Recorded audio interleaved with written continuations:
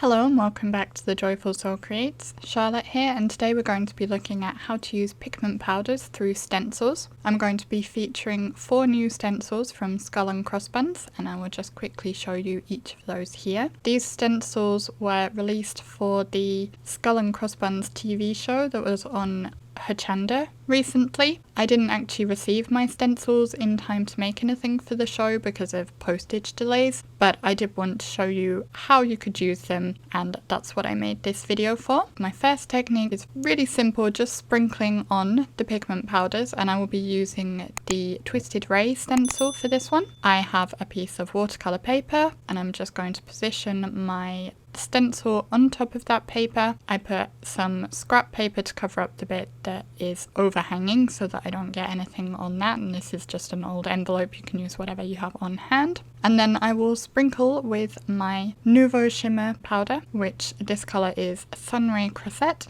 and then I'm going to spritz it with some water. There wasn't quite as much colour as I would have wanted, so I did sprinkle a bit more into that water. And then I will bring in another piece of watercolour paper and press this on over the top, which will give me a kind of monoprint. This actually would be a neater effect if you took the stencil off first, because you could pick up some of the paint that's in the negative spaces doing it this way, but it didn't make that much difference to me, so I think it's fine. I did also press that extra end of that second piece of watercolour paper into some of the paint that had gathered on my craft mat, just to pick up that extra paint, and it's kind of like the smooshing technique.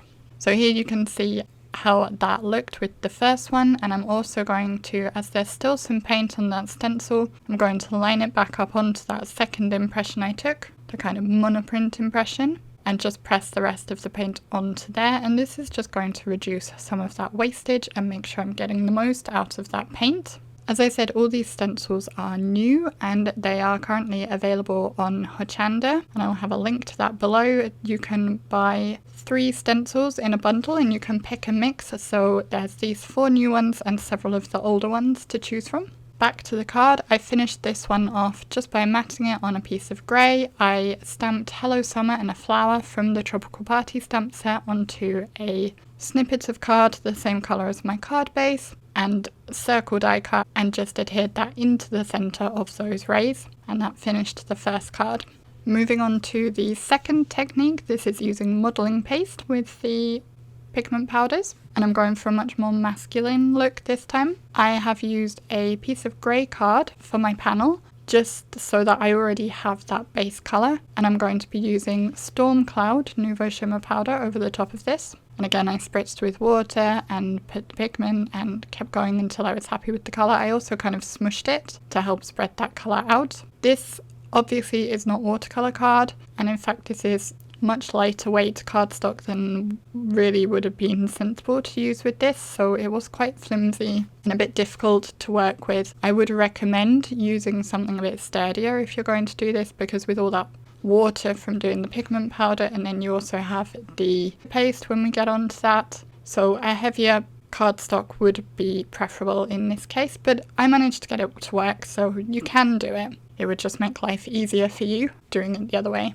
I did dry it off after I got my first layer of colour on, and then I went through and smooshed up some of the colour that was left on the craft mat just to add some more texture. Once that panel was completely dry, I put the elongated triangle stencil over the top and took some modelling paste, and I'm just going to scrape that across the stencil, and it's going to, of course, fill out all those open spaces on the stencil. I like to store my modelling paste with some just kind of cling film under the lid, and I also store it in a plastic bag that's a Ziploc plastic bag that's airtight, and that helps keep it from drying out. And I do have a video on my channel that talks about how best to store the modelling paste, which has worked very well for me. I've had this, I opened it a 1.5 years ago now, and it's still perfectly fine. So I will link to that video in the top right hand corner if you're interested in seeing that.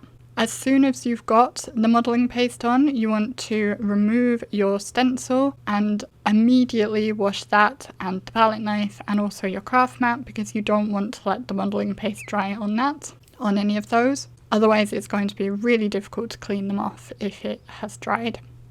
Once I'd cleaned those, and once my modelling paste was completely dry, I did bring in more of that Storm Cloud shimmer powder, and I'm just putting it along the open spaces between that modelling paste. It doesn't really matter if it goes on top of the modelling paste because you can wipe it off, but I was trying to minimise, again, any wastage. Although, of course, here again I am bringing in another snippet of cardstock. Here I'm using a dark blue to pick up any of that extra colour and get a kind of monoprint. And here you can see I let that dry completely, and it's just darkened up those open areas between the stenciled modelling paste. And I'm going to use a microfiber cloth that's very slightly damp. This is just the same cloth I use for cleaning my stamps. I'm just going to gently wipe along on top of those modelling paste areas, just to pick up that extra colour that might have pulled on top of them, which will help the design stand out a bit more. As I said, I was going for a masculine look with this one. I trimmed the panel down, I matted it with pearlized white card, I stamped a sentiment from Quirky Sentiments on vellum and wrapped it around the top panel, and then adhered them onto a black card base.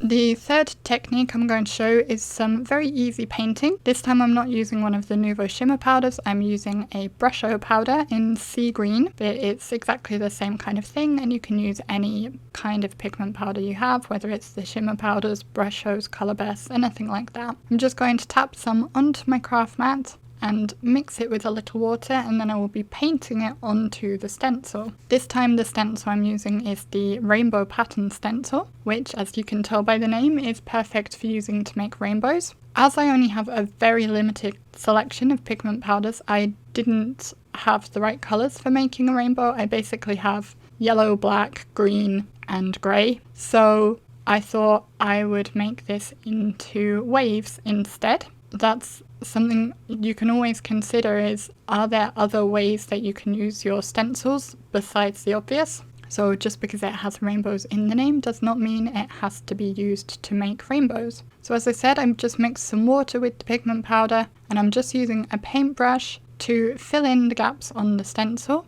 It's best not to have the paint be too liquidy, otherwise it's going to bleed under the edge of the stencil. If you have some pixie spray to adhere it down, that would probably reduce the risk of that. I don't know, I've never actually used it myself, but I didn't have any bleeding in this case, so it worked well enough for me.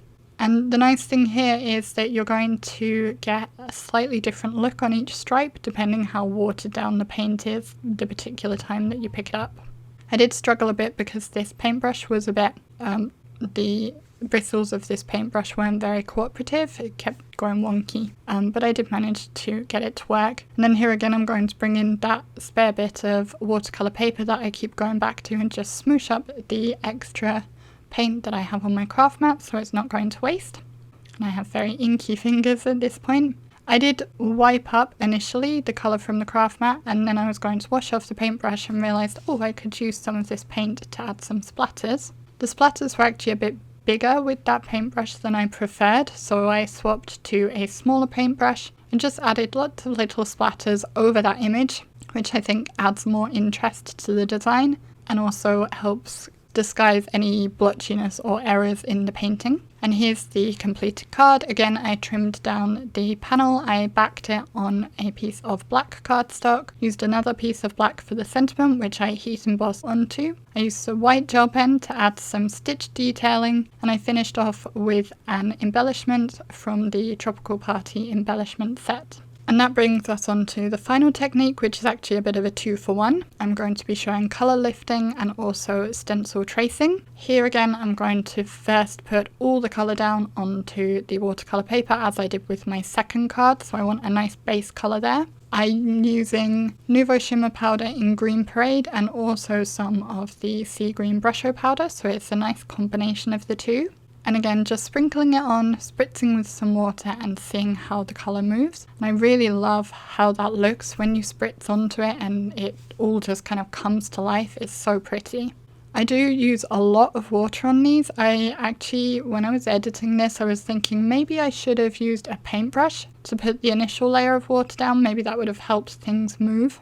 but I managed to get it to work in the end. Here I'm using my heat gun. This heat gun has 2 settings, and I'm using the cooler setting, which is ideal for drying things, and I also used a little paintbrush just to help move things around. My craft mat is actually not good for using the heat gun against, which is partly why I've adhered this panel down to a piece of cardboard, because that is fine to heat against, so I'm not going to warp my craft mat. I've laid the rainbow half stencil into place, and here again is an example of using a stencil not for what it's specifically designed for, because again this is a rainbow and I'm not making a rainbow. So I've laid that into place and I have put a baby wipe over it to do the colour lifting technique.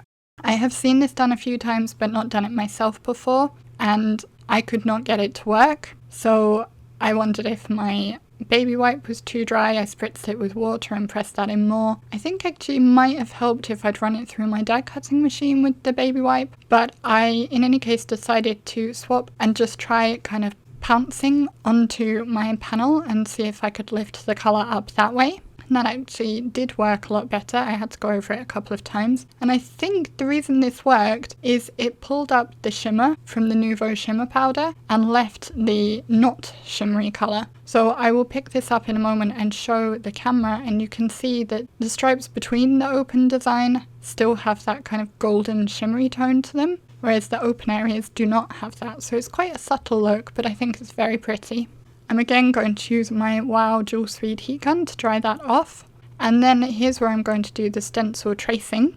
Initially I tried doing this with a gold gel pen, but it wasn't working as well as I would have liked on the paint, so I swapped to a white gel pen. And I'm just tracing along the edges of each of those strips of the rainbow. This technique would probably work better with a firmer stencil. This one, the bows of the rainbow move a little bit just because they have that big space between them. I did find if I kind of scooch my fingers along and keep the pen between my 2 fingers, that helped with that. But for example, the rainbow pattern stencil that I used on the 3rd card would probably be sturdier to do with this. As I wanted to turn this into vines, I'm using the same white gel pen and just doodling on some leaves all the way along all of those bows of the rainbow.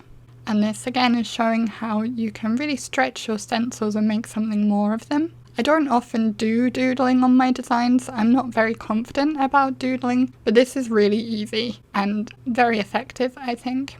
Once I'd finished that, I die cut with a rectangle die and then cut the resulting rectangle into triangles. And I'm going to use just the top and bottom triangle, which I then adhered with foam tape onto a white rectangle. I've stamped a happy birthday sentiment from Quirky Sentiments and finished off with a coloured and fussy cap parrot from the Tropical Party stamp set.